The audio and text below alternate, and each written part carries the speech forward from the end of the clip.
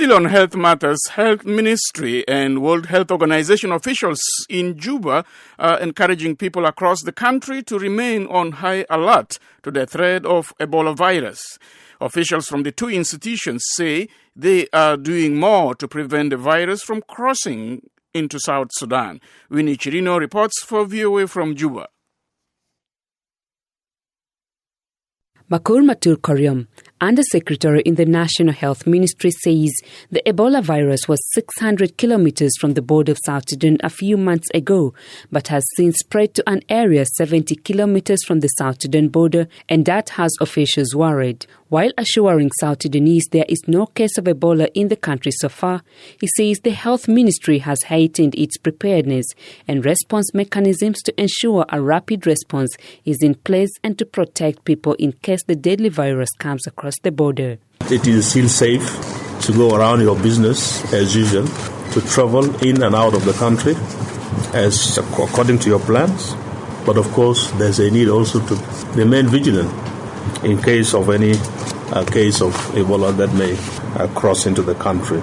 Koryom says health officials and NGOs launched an updated 6-month preparedness plan last month to identify gaps in the program and to prioritize activities in areas along busy trading routes and border posts such as Kaya and the Nimule border.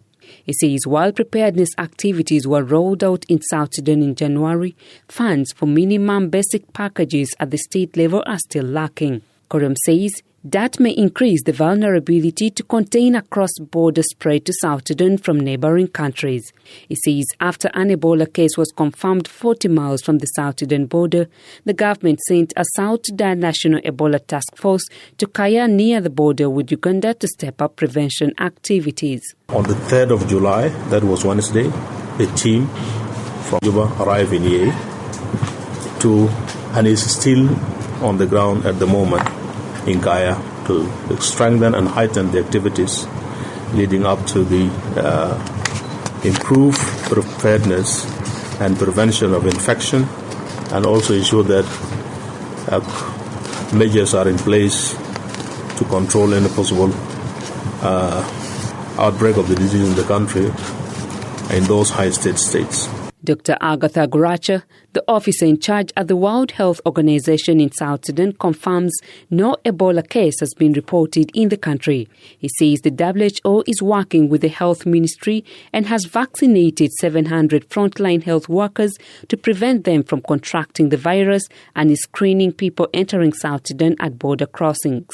In the event that this status change, then vaccines will be available at short notice, and even then it will be targeted towards the contacts and contacts of the contacts. So for now we are putting efforts in ensuring that the communities are educated, they are aware. This week, a 40-year-old woman was reported to have died of Ebola at Aliwara town in the eastern part of the Democratic Republic of Congo and 70 kilometers from Kaya on the South Sudan border.